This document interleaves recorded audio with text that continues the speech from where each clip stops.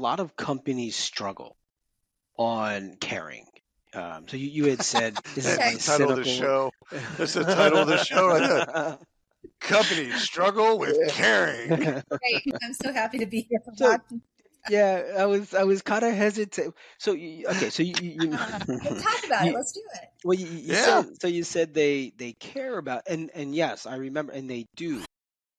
This episode is brought to you by LifeLock. Between two-factor authentication, strong passwords, and a VPN, you try to be in control of how your info is protected.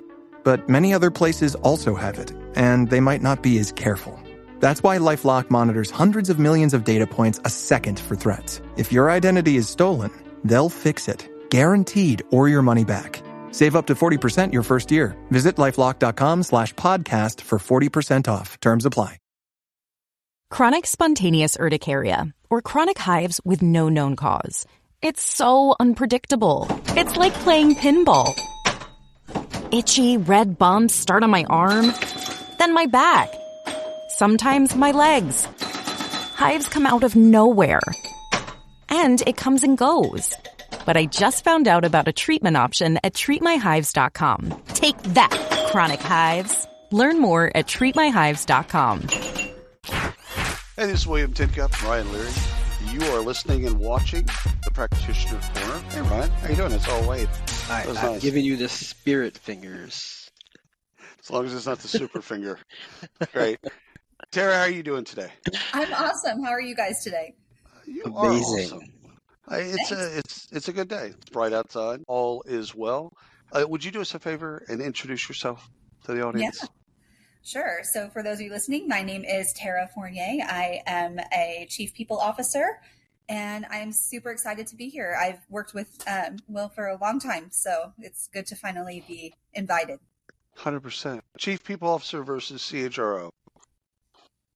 Are they synonyms? I think it's a tomato in some regards, right? I mean, people, HR, people in culture, talent, it all really is the same thing. We're responsible for keeping people safe and keeping the company safe at the same time. So I think it's preference. Pretty much.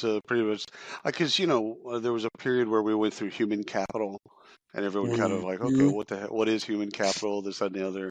And then out of the Bay Area, I noticed probably a decade or so that there was a lot of people ops, people that maybe didn't have HR experience that kind of came over and did people operations or people ops. But I've always wondered for folks that have the title, that have gotten to that place, the most senior level, is there a difference, or is it basically seen as the same thing? I think it's seen as the same thing. I think in tech, the term people officer, people and culture officer is seen more. More traditional, brick and mortar businesses, maybe, or manufacturing things are more chief HR officer, just legacy. So it depends. I think in the federal government, they might still call it personnel. 100%. Yeah, 100%. We were just talking with someone and they said personnel. I was like, oh yeah, that feels dirty. It felt like human capital management, same thing. Human capital management always bothered me. I just felt like it was a weird way to say it. But Tara, I've got a question. So, tell me if I'm looking at this wrong, and I think I am based on how you described it. A chief people officer, I've always looked at them as managing the people, the culture, right? The engagement of the company, all of that, whereas HR was more process and ops. I mean, I think it's like tomato. To me, in the roles that I play as a chief people officer, I oversee the whole enchilada of it. So it's the HR operations. So we have an HR operations team that's underneath, right? So it's more of an umbrella title, and then it's got all the different nuance underneath it. Yeah. Well, I'm going to go with what you're saying. You're probably more right than me. Oh, 100%. If I'm not right, so people will let us know, I'm sure. Yes. Have you seen this bit where people get wigged out about the word resources? That humans aren't resources. Like I've had this conversation with people. They're like, human resources. They're not resources. We're not trees. We're not cotton. We're not this, that, and the other. It's like, yeah, we kind of are. Not a natural resource. I mean, you can make an argument there. Sorry. Go ahead. Make your point. I'm sorry. I've found that argument fascinating because I'm like, I'm with both of you. Like, you are a resource, and you're going to be deployed as a resource, and there's going to be a return on that investment as a resource. So unless you can come up with a better word that's not resource, yeah, and you're not caught, and An you're not asset, tree. maybe. Yeah, Your human human asset, capital. human No, I capital. don't like human capital I either. don't like human capital. Well, I feel It just dirty. feels, it does. That's going to be the title, human capital dirty. I feel dirty. I want to take a shower. So Tara? What's your current gig? What are you doing now? So my current gig is open to adventure. I have recently just finished my work as a chief people officer for Enthusiast Gaming, which is a really interesting. We were talking a Yeah. little bit earlier about the gaming industry. Very interesting space to be in, where the intersection of pop culture and all these different sports and esports and all things kind of come together. Mm-hmm. So I was there just until the last couple of weeks. And now I'm on to my next adventure. I've got some consulting work that I'm starting myself. So I'm very excited about the launch of that. But yeah, it's been an interesting journey. My current role and the last few roles have really been about change and helping organizations through some period of change. And I think, change is hard for people. And as a chief people officer, you have to help get people through that kind of change to be a resource and an asset to the company to get that return on investment. So it's an interesting adventure that I've been through, and gaming industry is very, very special right now. What type of change are we talking about? Digital transformation? Are we dealing with like a Well, change in kind of AI and the intersection of it taking over some of the lower value tasks? Like what type of change projects have there's you seen? that, but I'm talking about actual organizational change. So the Right. company that I just came from Enthusiast Gaming, was a conglomeration of multiple acquisitions. So Right. this is culturally, company A buys company B, and now we have to come out of it as company C. And Right. so, getting all of your processes harmonized, getting your people and your culture and people to get to know one another, designing the organization after, changes happened, and then helping people through, through it. So in this regard, my company was publicly traded. So there's this publicly traded piece as well. So I've gone through lots of different change through my history. Prior to that, I was at an organization where we were acquired. We not the acquirer, but we were the acquired, going through that. Prior to that, I took my company through an IPO. So I've been through lots of different levels of change and trying to get these human resources comfortable in their new environments, or helping them move along if they're not part of the new future. So Tara, today we're talking about you. Surprise.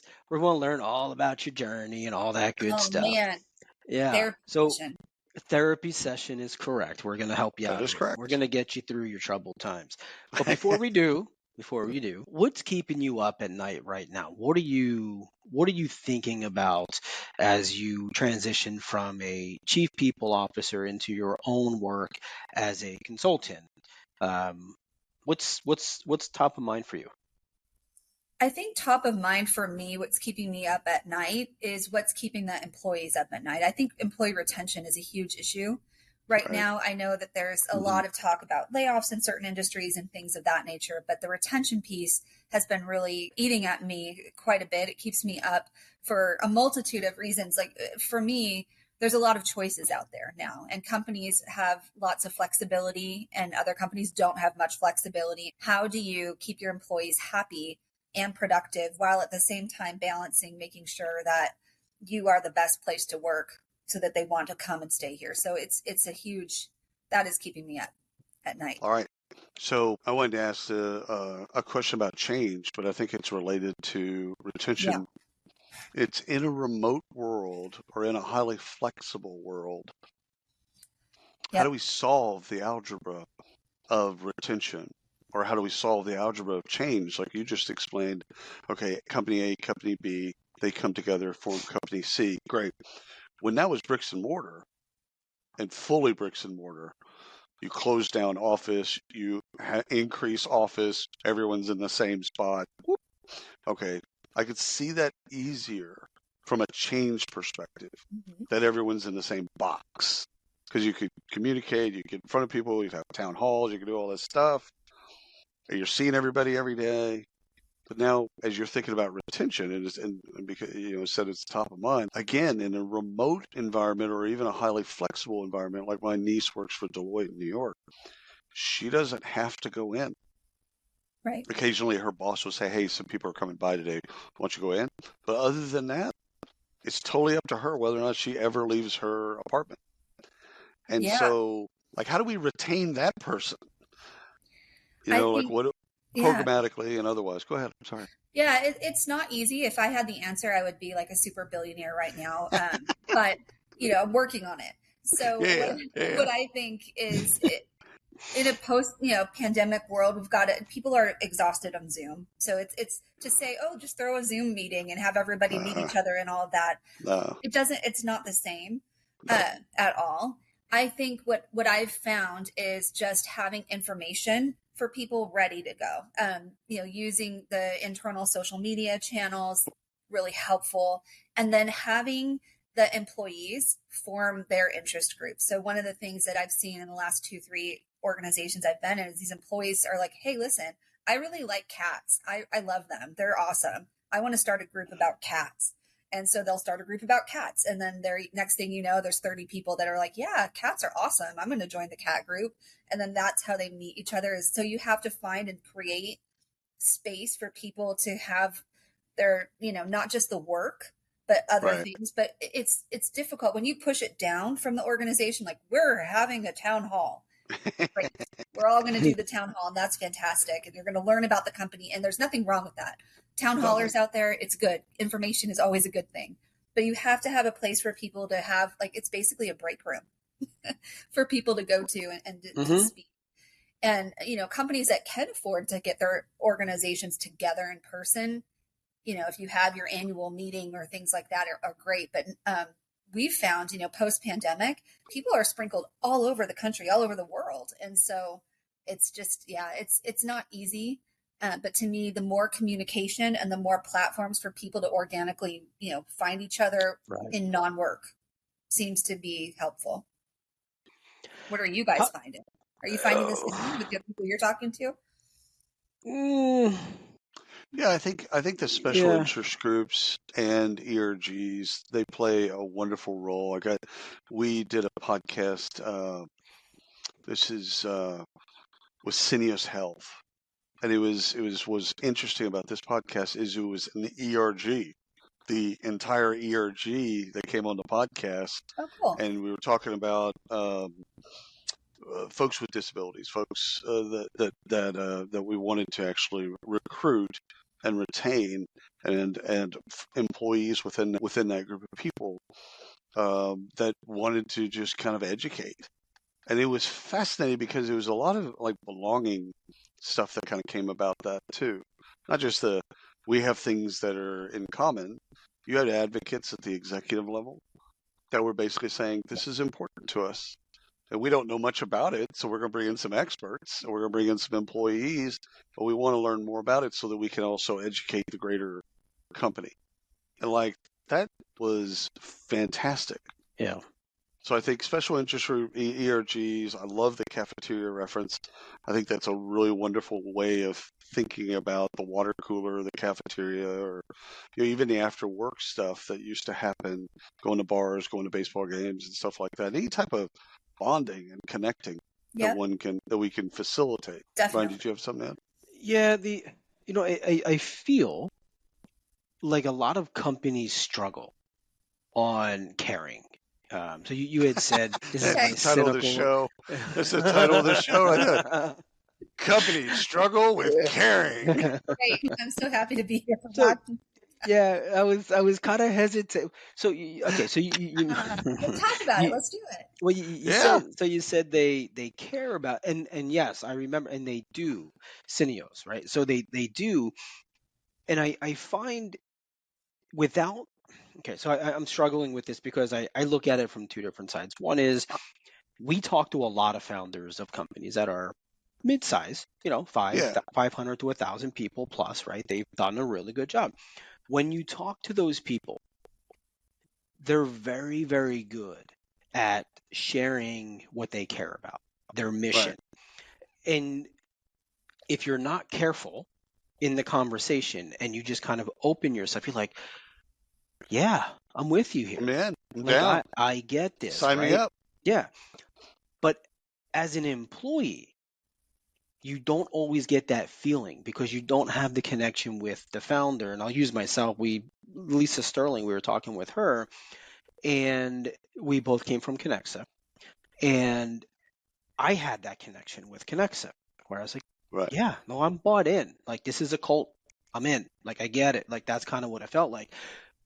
But 100 employees after me probably didn't have that same experience because they never got to meet the founders. They never got to see the office when it was just folding tables in the managers' offices, right? In leaders' offices.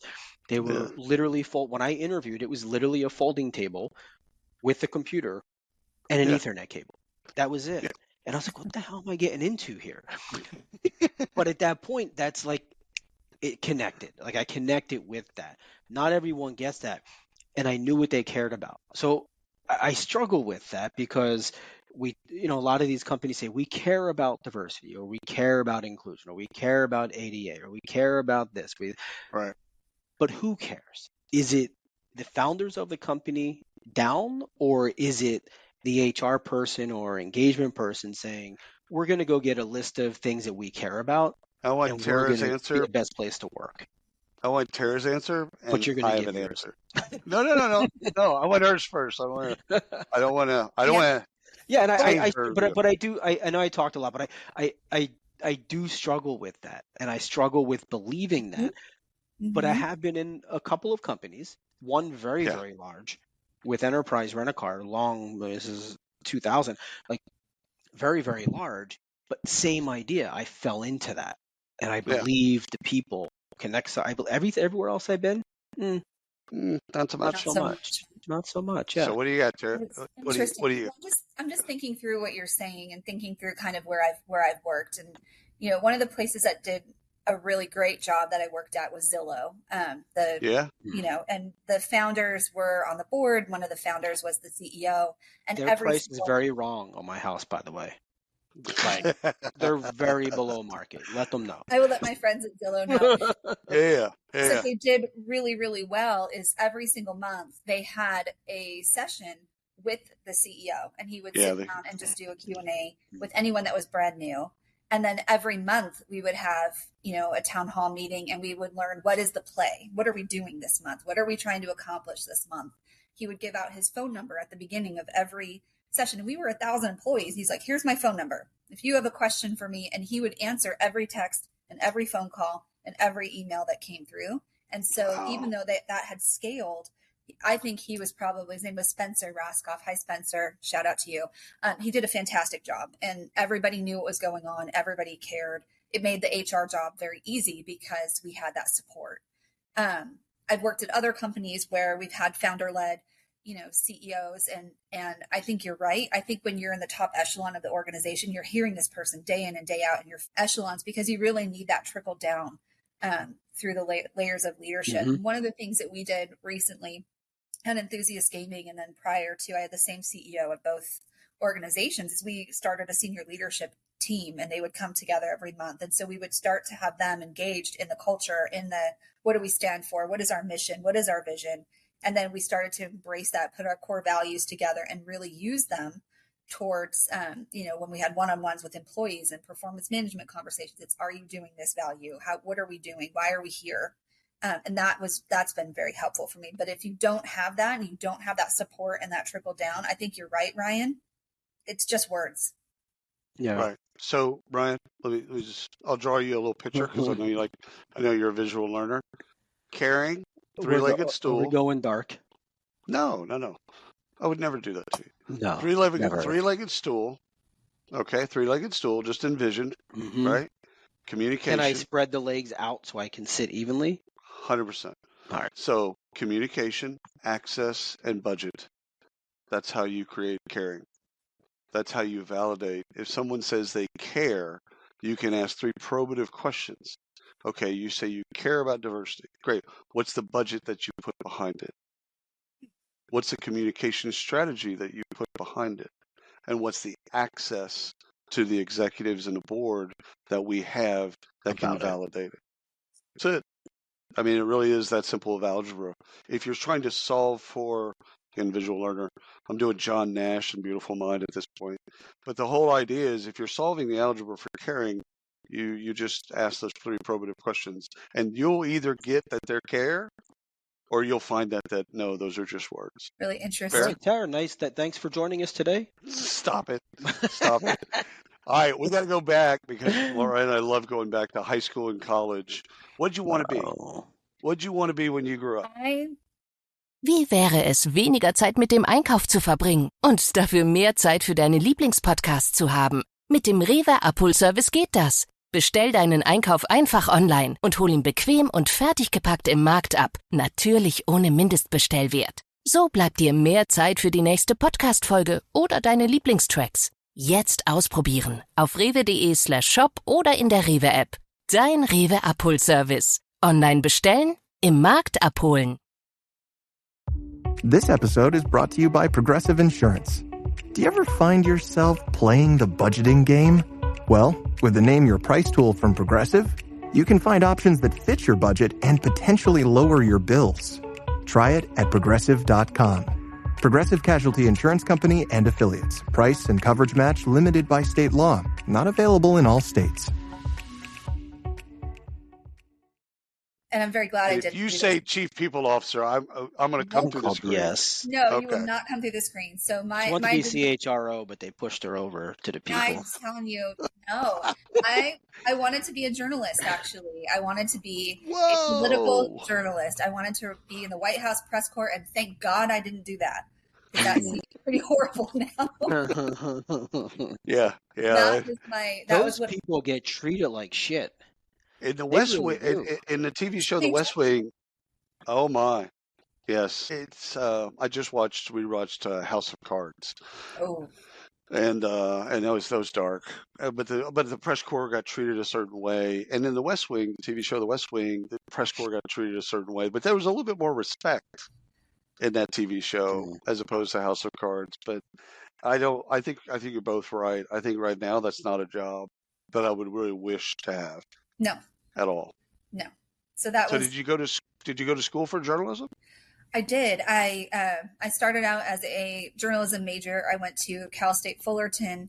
I have to tell you the story of how I didn't become a journalist. I sat in a class, and the professor was adjunct, and he was a reporter for the Orange County Register, which is a local paper here. Yeah, of course. He says, he sits down, he goes, "I'm professor," and I don't remember his name anymore because he was that memorable. And this is going to be the semester where you learn about journalism.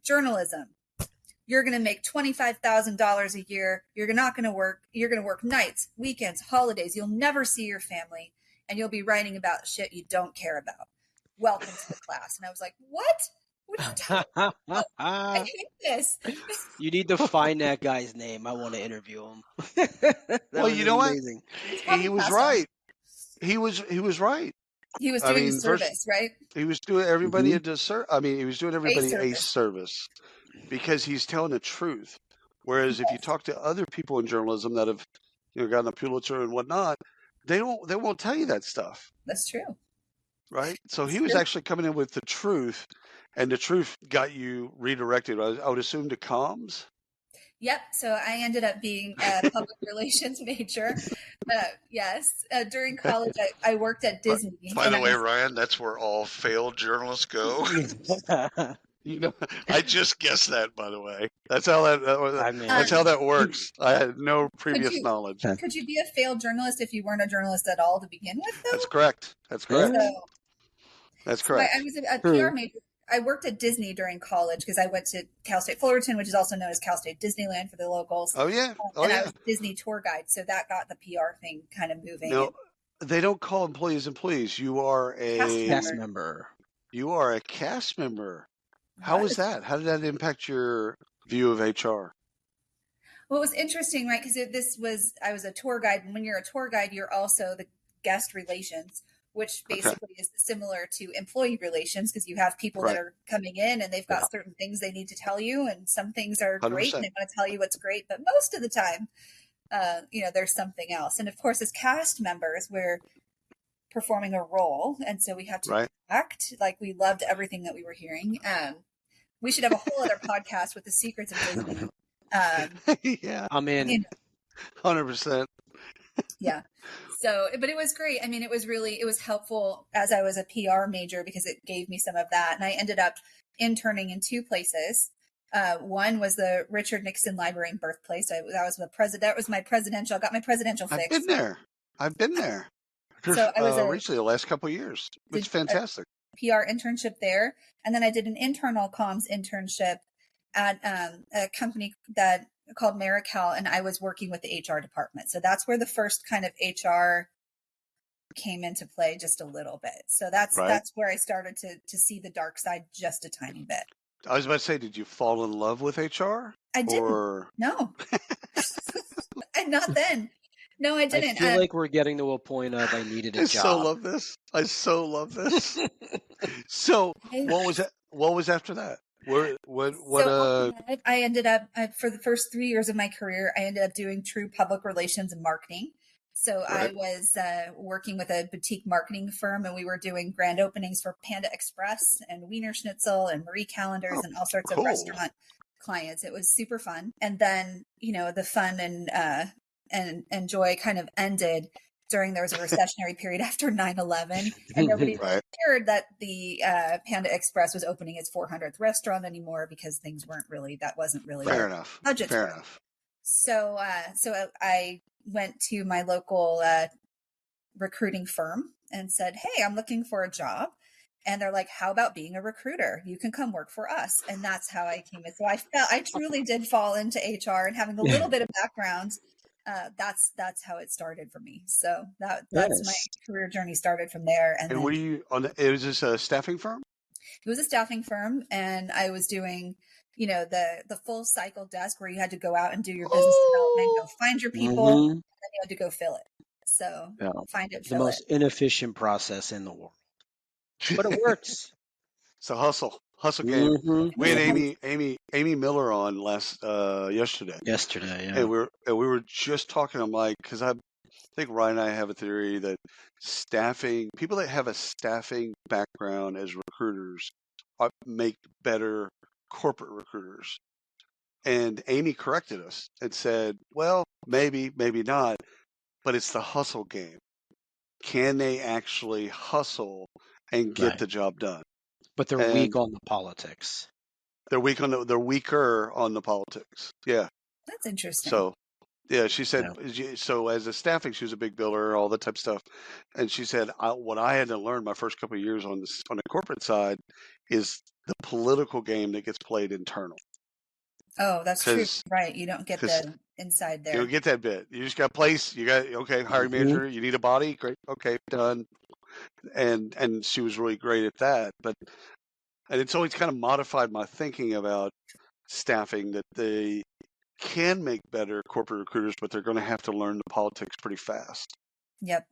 Well, that was my next step after that. So you're like walking me through this is very therapeutic, by the way. It's cathartic. We're not done yet. We're not done yet. Man. So after that, right. So I was working at this staffing agency, and my old internship, Marical, which I told you about from the beginning, where I was like, not interested, calls me, the director of HR, and says, "I see you're doing recruiting now.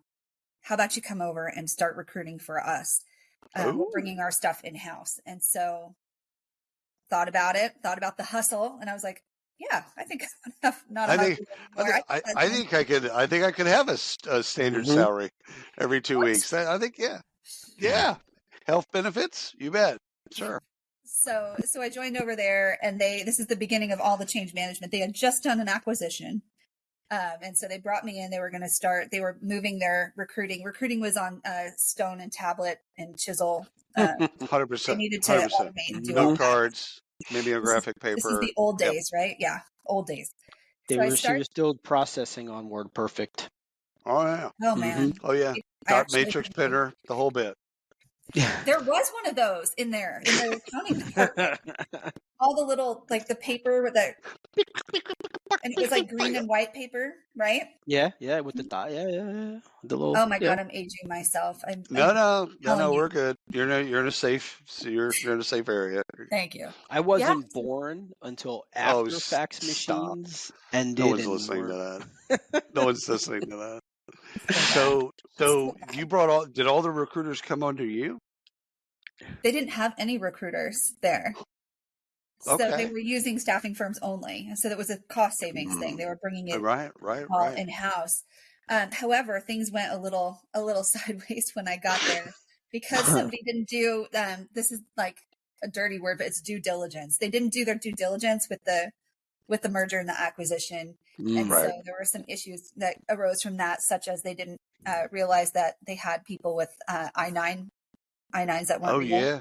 Oh yeah. So all of a sudden I had 37 open requisitions. Oh wow. That needed to be filled, and the Welcome Department to of Homeland corporate Security recruiting. knocking on Yeah. Homeland Security knocking on my door, doing an investigation. So I learned how to be an HR generalist real quick and needed to get a super fast education. Yeah, I mean, I have to say, when you don't know what to do, and being new in HR, I didn't know where to go. And so this director of HR, I think she might have been a VP by that time. She's like, you've got to learn. You've got to do everything you can. Join. There's this organization. It's called SHRM. Go join it. There's local groups. Go join it. Go just learn. Go take classes. PYRA. Whatever. Yep. And that was the big like change for me. So you were active in PYRA, weren't you? I am the current president of PYRA. Yes. That's what I thought. Yeah. I thought I went out and spoke at it a couple times. I loved it because it's a huge. I mean, it's a very large group. People don't understand how big that group is. Yeah. But that's a really good rate. Cool. Yeah. Congratulations on being president, by the way. Not easy. Not easy because Yeah. it's run when you run.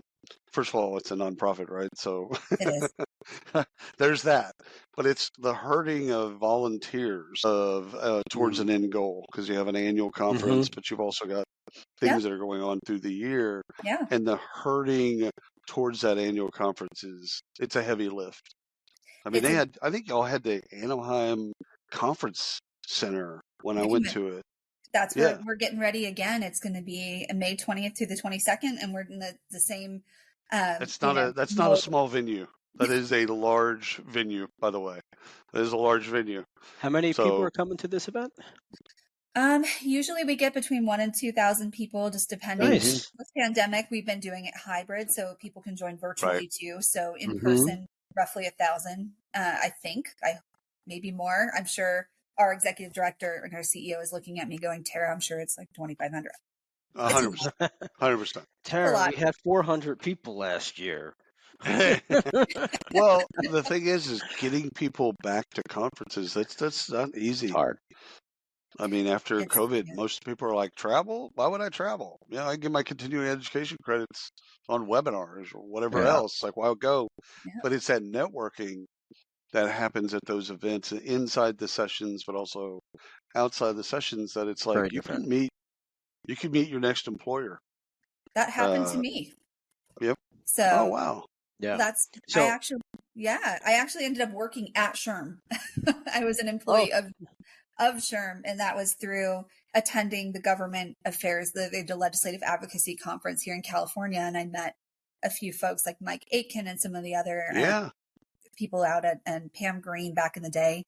Oh, I love Pam Green. Gosh, she's greatness. She's amazing. What did you do for SHRM?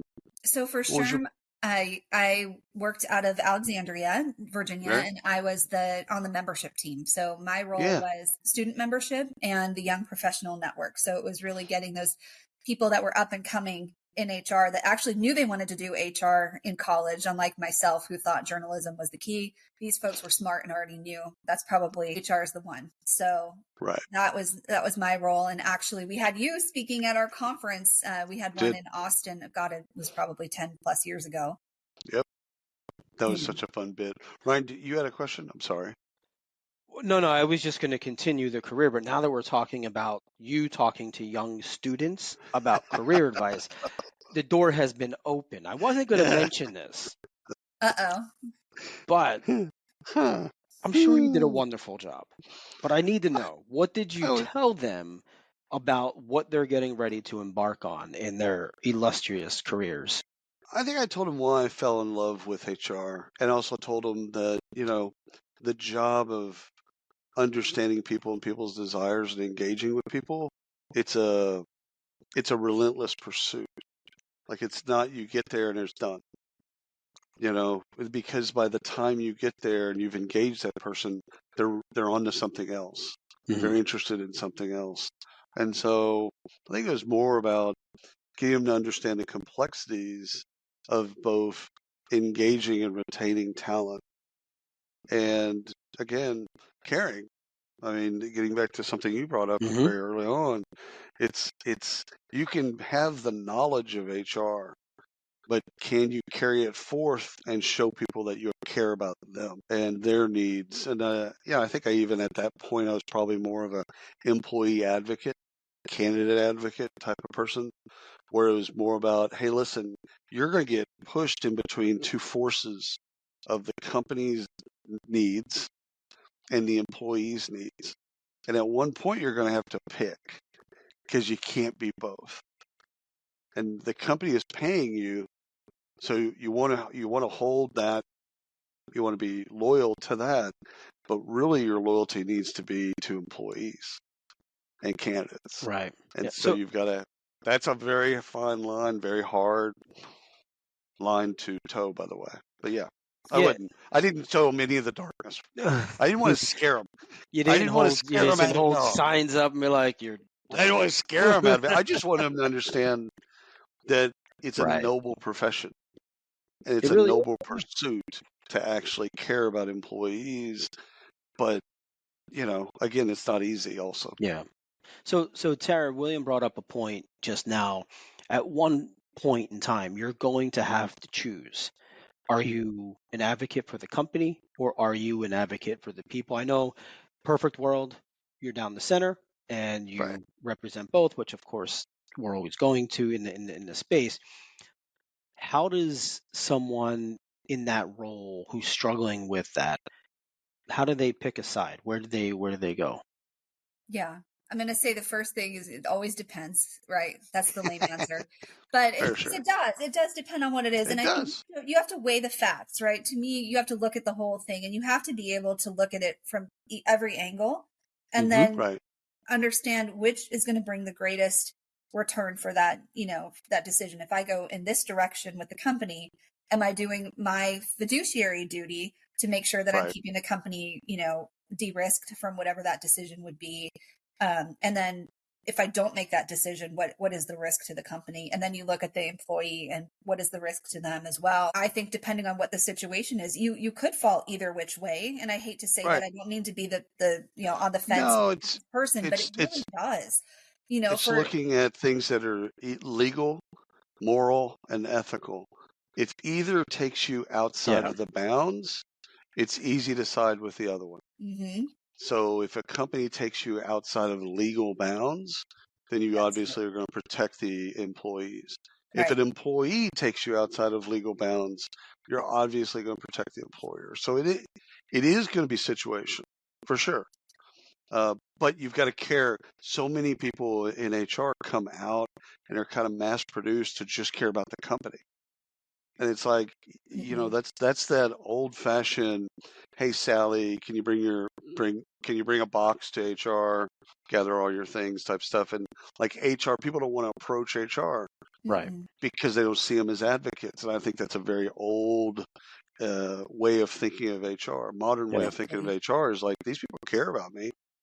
So I may as well tell them the truth. And again, depending on where the ethics and morality and legality fall, then you have to, as an HR professional, you have to protect whomever. And therein lies my feelings earlier about, does the company really truly care?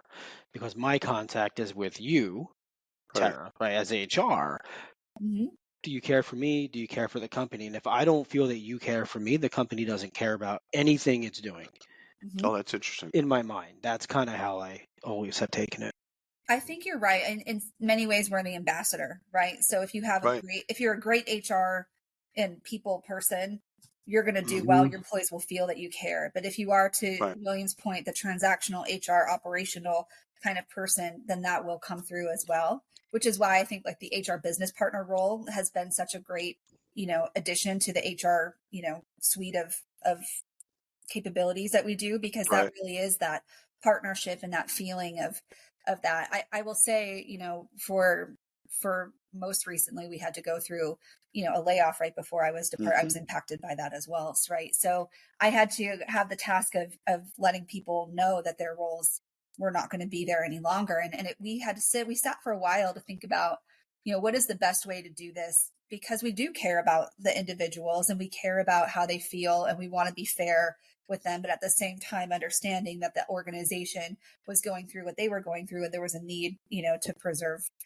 financials and all those kind of things. So it's like that balance of what do you do? And the employees are coming back saying, is this all I get for severance? I mean, can I get more? And so you've got to figure out that balance point between keeping the company safe, right? You want to make sure that you're not spending all the money that the company is, not budgeting for, but you also want to make sure that this person feels like in that time of need that you're there to help them all the way through from when they were, very first offered a position until when, that time is that you say goodbye. And I guess this is maybe a weird thing, but like you look at, how many people came back afterwards with a complaint or a letter or a grievance. And I think, my team and I thought really hard about that. How do we do that? And we set up actually Calendlies with them. Hey, if you need to talk to us at any time, set it up on your schedule when you feel like you want to talk to us. And then let's hear what you have to say. And then giving them the empower and let them feel like they were under control was a way that we would show caring, rather than saying, come to a meeting. Like you said, come to a meeting at 2:00 and we're going to talk about this. It's that way that at least you make people feel like they're important and that they get to decide.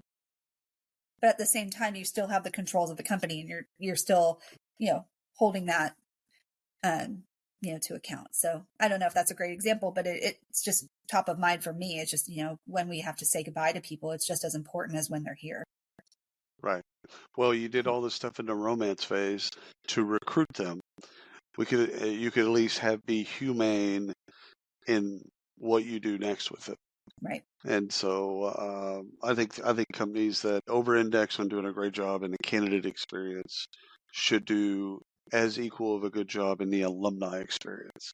I like the alumni experience. That's great. So whether or not you choose to, or it's been chosen for you to, you're now an alumnus. And we should care about you in the same sense that we care about when we brought you in. So, I think that, again, care, we're using that word loosely, Ryan. I just have one question left, Tara. It's just the advice now knowing what you know about your own career and kind of also what you've seen with everybody else, because being president of, do you all say PHRA or do you? Because I've always said PYRA. Okay, good, thank you. You're right. So being president of PYRA, you also get to see a lot of other peers. The advice that you would give kind of a younger version of yourself, what would it be? To do the hard thing first, right? It's muddle through. For me, getting master's degree, doing all the things that are hard first, and then not to be afraid to use your voice is the other one. I think as a younger professional, you might see things and you're like, ooh, I don't know if I should do it. I don't know if, and you get tentative about it. But I've learned as I've gone, longer in my career and gotten bolder, I guess, and maybe that's something that happens with age and experience. But to speak up if you see something that you don't agree with, if you're in a executive meeting or you're in a team meeting and people are going a certain direction and you feel like maybe you have a better suggestion, a lot of times people will just sit quietly because they don't want that attention on them. But don't be afraid to do that because you're valuable. Not to be controversial, but is that young in one's career and they just don't have the confidence, or is it? I didn't have the confidence. Well, I'm not. God, Tara, I wasn't pointing you out. Just saying, didn't. I wonder how much of this is gender related, and why I'm asking that is I'm not sure I've ever shut up.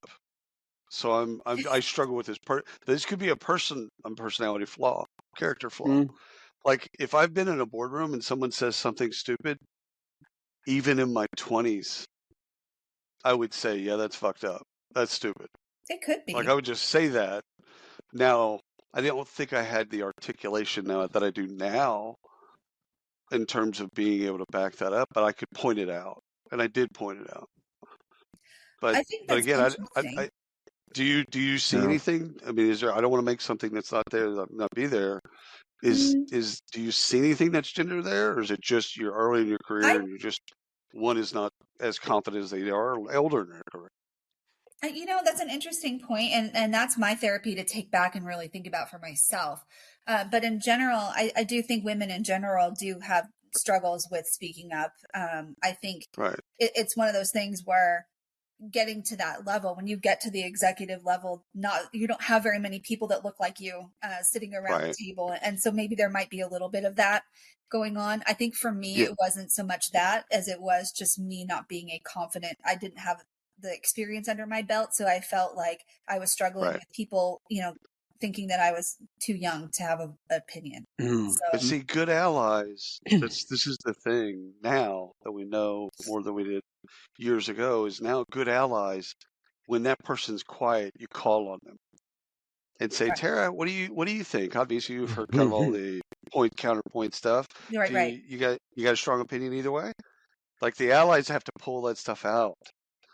They got to tease that stuff out and say, hey, what do you think? Because if we don't do that, then I think we could exacerbate the problem. It's interesting you say that. I know we're coming up on on time, but I could remember fresh out of college, early 20s, I had a lot of opinions personally, right? And I never had an issue at all telling my managers, my bosses, people my opinion was my opinion, and I was that guy. But when I started to get, and this was very quickly, I would start to get invited into what at the time seemed like higher level sales meetings and strategy meetings because of my opinion. I was a mouse at the table. Really? And I didn't say any. Part of it was because I didn't, now, gender aside, I didn't look as distinguished as the people in my view of it. I'm looking around the table, salt and pepper hair, right? They've been there, they've got the look. I'm just like, yeah, what's up? Like I was the young kid on the block, and I didn't talk like them, and so I shut up, and I remember that. But William, you made a point. An ally asks you, That's and right. so the people that brought me into the room, I'm sure everybody else around the table was like, what the hell is he doing here?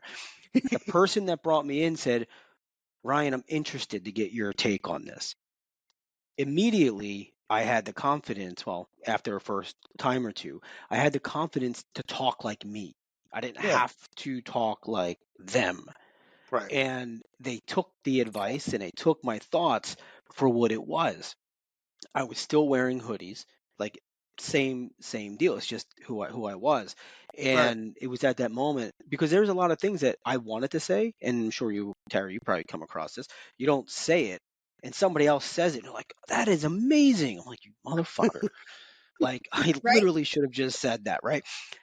But when someone started to pull it out of me, that's when I changed. That's when I changed. I said, I don't need to look like you. I don't need to feel like you. I don't even need to back it up.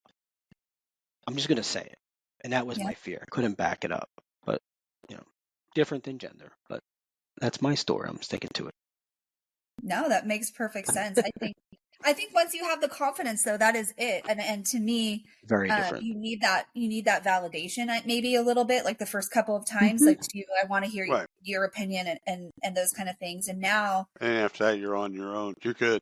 Well, right. And now I think, when you're in this position and you're a leader in HR, you are the ambassador for the employees and the voice. And when you see something that's right or wrong, you can't be shy to say anything, because that's when you're not doing your duty to your company and to the people that you support. Yeah. So you're also in a great position now where if you see those people being quiet in that meeting, you're like, okay, I know what's going on here. Yeah. So that's wonderful. Yeah. Tara, this has been absolutely fantastic. Thank you so much for your time and your wisdom. Love what you're doing. Love that you're tackling change because it's not easy. And thanks for coming on the show. Yeah, thanks for having me. It's been